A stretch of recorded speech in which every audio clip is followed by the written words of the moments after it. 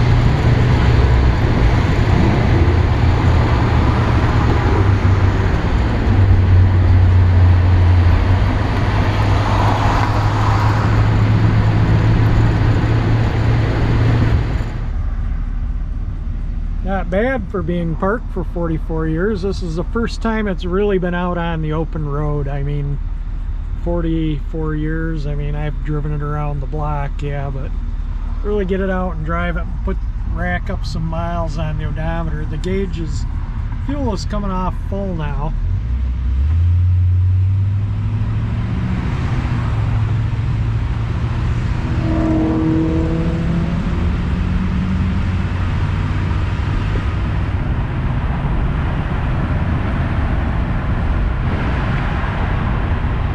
Gets up and goes really good.